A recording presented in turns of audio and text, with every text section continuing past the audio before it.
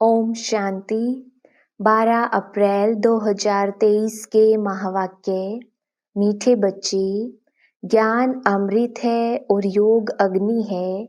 ज्ञान और योग से तुम्हारे सब दुख दर्द दूर हो जाएंगे। प्रश्न, कौन सा रस ज्ञान से प्राप्त होता है, भक्ति से नहीं? उत्तर, जीवन मुक्ति का रस। भक्ति से किसी को भी जीवन मुक्ति का रस नहीं मिल सकता। बाप जब आते हैं तो बच्चों को जो डायरेक्शन देते वही ज्ञान है। उसी पर चलने से स्वर्ग की राजाई मिल जाती है। गीत भोलेनाथ से निराला। ओम शांति। बच्चों का भोला बाबा बच्चों प्रति समझा रहे हैं। इसको कहा जाता है शिव भोला बाबा। हमेशा शिव को बाबा कहा जाता है। कोई चित्र देखे व ना देखे, परंतु याद करते हैं शिव भोलानाथ। शंकर व विष्णु व ब्रह्मा को भोलानाथ नहीं कहेंगे। भोला अक्षर कहने से मनुष्यों की बुद्धि में निराकार शिव बाबा का ही चित्र आता है। अब तुम बच्चे प्रैक्टिकल में जानते हो। अब भोलानाथ बाबा कहने से भक्ति मार्ग वालों का कोई मुख मीठा नहीं होता है। भल कितनी भी महिमा करते रहें, मुख मीठा नहीं होगा। अभी तुम बच्चे शिव बाबा को याद करते हो। शिव भोलानाथ बाबा कहने से मुख मीठा हो जाता है। शिव बाबा हमको पढ़ाकर स्वर्ग का मालिक बनाते हैं। बाबा कहने से बच्चों को प्रॉपर्टी भी जरूर याद पड़ती है। तुम बच्चे जानते हो वही शिव बाबा है। मनुष्य सृष्टि का बीज रूप भी उनको कहा जाता है। झाड़ का एक ही बीज होता है, तो मनुष्य सृष्टि रूपी झाड़ का भी वह एक बीज है, जिससे फिर मनुष्य सृष्टि रची जाती है। क्योंकि बाप हो गया ना, बाकी सब हुए उनके बच्चे। भक्तों का भगवान बाप एक है। भगत याद करते हैं भगवान को, परंतु पूरा जानते नहीं हैं। ये भी ड्रामा में नूंद है। बच्चों को इस ज्ञान और योग बल से सदा सुखी बनाए मैं छिप जाता हूँ। ज्ञान सागर भी एक ही है, जैसे वह पानी का सागर भी एक ही है। उनको बांटा गया है, यह इंडिया का सागर, यह फलाने का सागर। वास्तव में सागर एक ही है। सतयुग में इस सागर को बांट नहीं सकती। एक ही सागर रहता है जिसके तुम मालिक बनने वाले हो। वहां इतने खंड थोड़े ही रहते। एक बाप की एक राजधानी रहती है। इसी भारत पर वर्ल्ड ऑलमाइटी अथॉरिटी का एक ही राज्य था। देवी देवताओं के राज्य को भगवान भगवती का राज्य भी कहते हैं।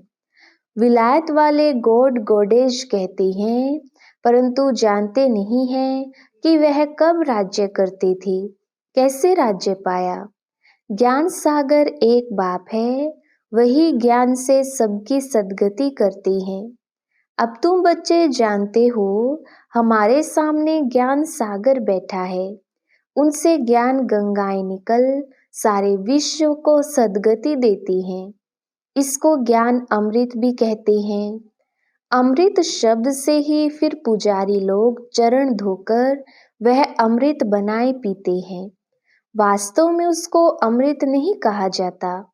आजकल दवाइयों का भी नाम अमृत रखा है, जिससे सब दुख दूर होते हैं। वह भी बात नहीं है। यह तो बाप बैठ बच्चों को योग सिखाते हैं। योग को अमृत नहीं कहा जाता। योग अग्नि से तुम्हारी सब बीमारियां 21 जन्मों के लिए दूर होंगी। इस जन्म की नहीं, इसमें तो अंत तक भोगते रहेंगे। यह है योग की बात। बाप कहते हैं योग लगाओ तो तुम्हारी सब बीमारियां नष्ट होंगी, फिर कब बीमार होंगे ही नहीं। तुम पुरुषार्थ करते हो बाप से हेल्थ वेल्थ लेने लिए, वहां कोई बीमारी होती ही नहीं। मैं तुमको ऐसे कर्म सिखलाता हूँ जो कभी बीमारी होगी ही नहीं। कहते हैं व्यास भगवान ने शास्त्र बनाए, परंतु यह तो सब ड्रामा में नूंद है। नाम पड़ गया है व्यास का। यह है बना बनाया ड्रामा। जो भी तुमने देखा वह सब ड्रामा में नूंद है। अनादि बना बनाया है, यह बदल नहीं सकता। भक्ति मार्ग द्वापर से प्रारंभ हो जाता है। भल कोई कितनी भी भक्ति करे, शास्त्र पढ़े, परंतु वापस नहीं जा सकता। सतो प्रधान से तमो प्रधान में जरूर आना है। इस कर्म क्षेत्र से बाहर कोई जा नहीं सकता। तुम जानते हो हम सो सतो प्रधान थे, अब हम सो तमो प्रधान बने हैं। ड्रामा अनुसार बनना ही है। भक्ति मार्ग में रात शुरू हो अंधियारा हो जाता है। पहले इतना अंधियारा नहीं होता है जितना अभी है। रात को भी पहले सतो प्रधान फिर सतो रजो तमो कहा जाता है। धीरे धीरे कला कमती होते होते घोर अंधियारा हो जाता है। अभी सृष्टि पर बेहद का ग्रहण है, एकदम घोर अंधियारा है। इस चंद्रमा की बात नहीं, यह सारे विश्व की बात है। रावण का ग्रहण लगा हुआ है। द्वापर से लेकर सारे विश्व को ग्रहण लगना शुरू होता है। थोड़ा थोड़ा लगता जाता है। 2500 वर्ष लगता है, जबकि अंत में भारत बिल्कुल ही काला हो जाता है। अभी है बिल्कुल घोर अंधियारा। घोर सोजरा अर्थात दिन बनाने वाला है बाप। पतित को पावन बनाने वाला है बाप। माया रावण फिर रात घोर अंधियारा बनाती है। भक्ति करते हैं, भगवान को याद करते ही आते हैं। भगवान भगवान को तो याद नहीं करेंगे। सर्वव्यापी के ज्ञान वालों को समझाना चाहिए, गॉड फादर इज वन।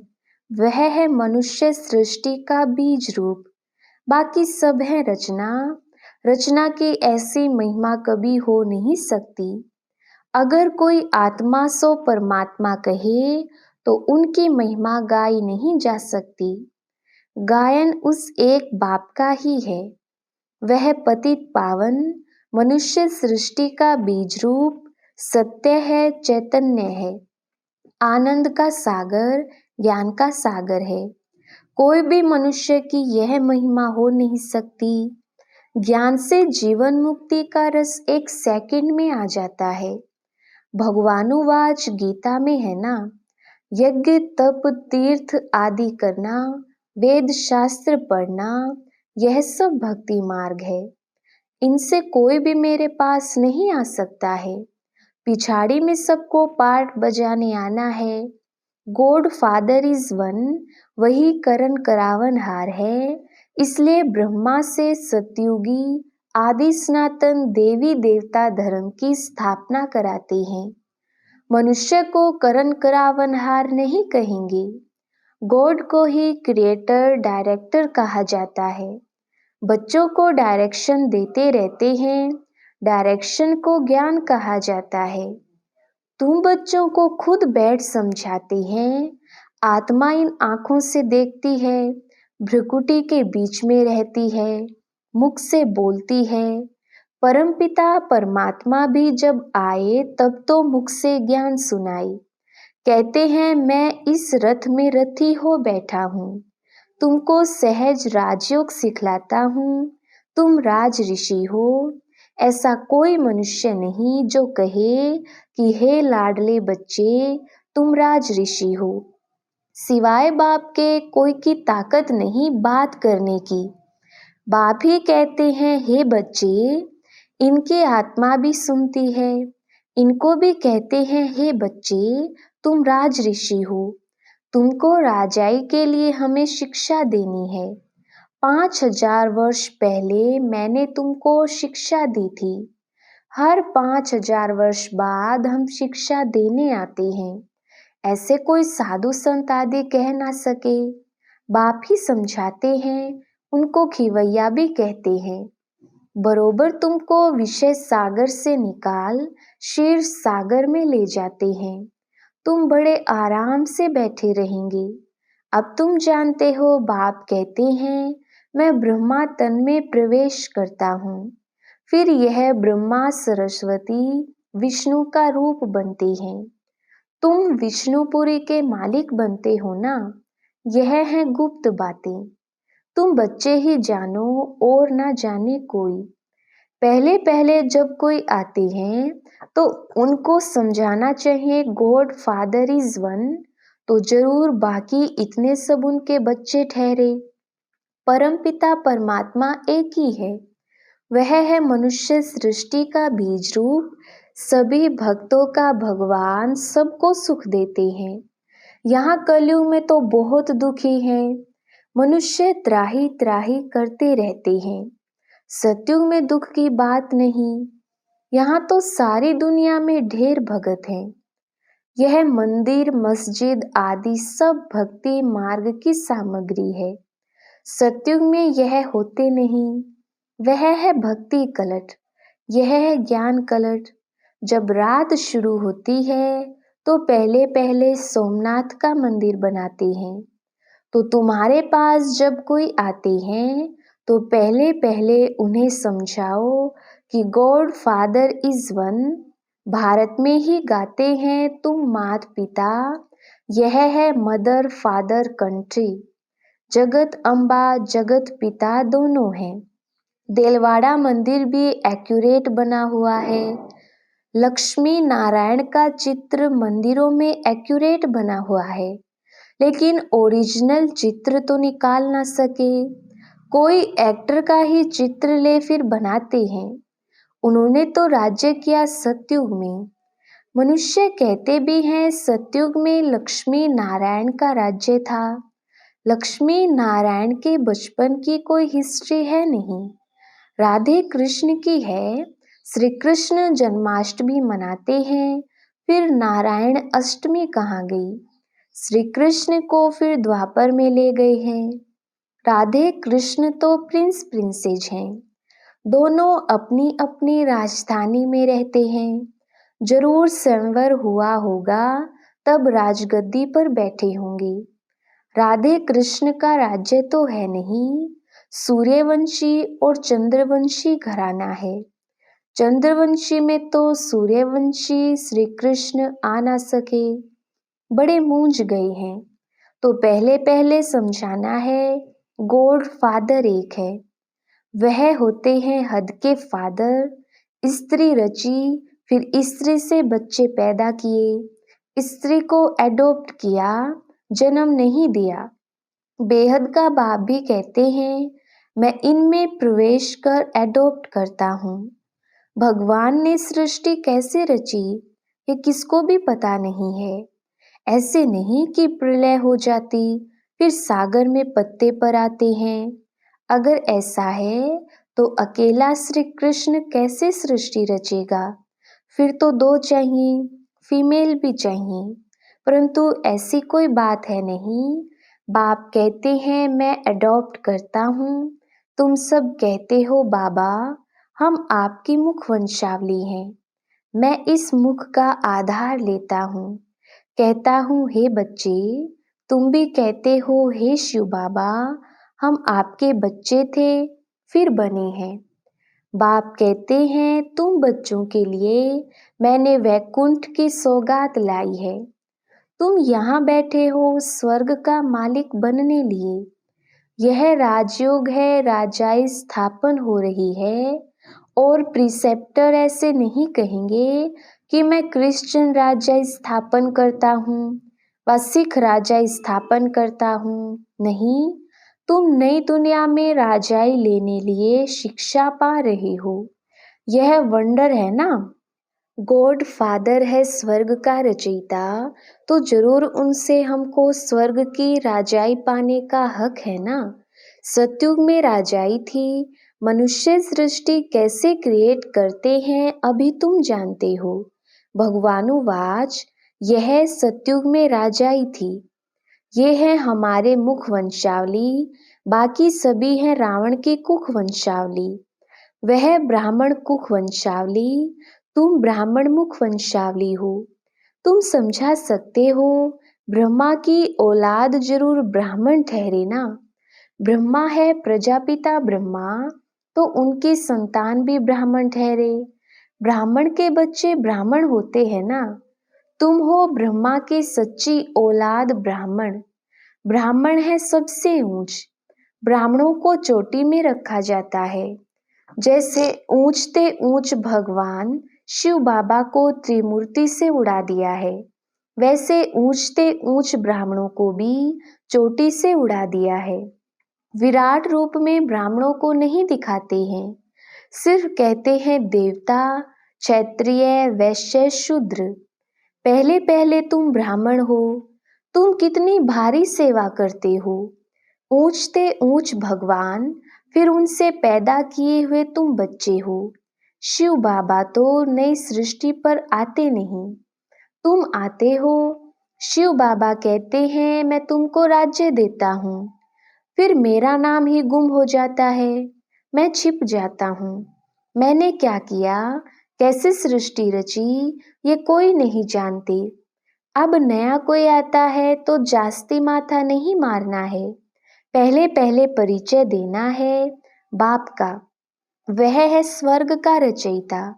देवताएं स्वर्ग के मालिक थे, फिर 84 जन्म लेते लेते अब वह शूद्र वर्ण में है, फिर उनको ब्राह्मण बनाते हैं।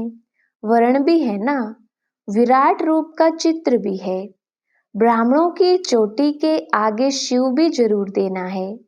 जैसे त्रिमूर्ति पर शिव दिखाते हैं, वैसे ब्राह्मणों के ऊपर भी शिव दिखाना है। समझाना है शिव बाबा ब्रह्मा द्वारा ब्राह्मण बनाते हैं। वह फिर ब्राह्मण सो देवता, सो क्षत्रिय, सो वैश्य, शूद्र बनते हैं। पहले पहले तो कोई को भी अलग ही समझाना है। वह बाप इस ब्रह्मा द्वारा सृष्टि रचते हैं, तो सब भाई बहन हो जाते।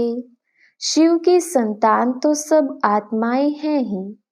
फिर मनुष्य सृष्टि रची जाती है, तो पहले पहले ब्रह्मा, सरस्वती, ब्राह्मण, फिर देवता, क्षत्रिय बनते हैं।